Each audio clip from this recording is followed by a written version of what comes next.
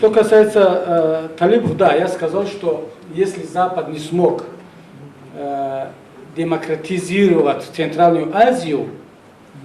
тратя на это огромные деньги, то талибы, возможно, бесплатно, без денег будут способствовать больше демократизации, не потому, что они хотят демократию, а потому что, приходя к власти в Афганистане, они так или иначе заставят лидеров Центральной Азии дать больше свободы своим народам, чтобы не позволить населению симпатизировать талибам, потому что люди от отчаяния могут симпатизировать кому угодно. Чтобы дать больше свободу, они, возможно, дадут больше возможности народу, чтобы не допустить такой ситуации. Это я имел в виду, что приход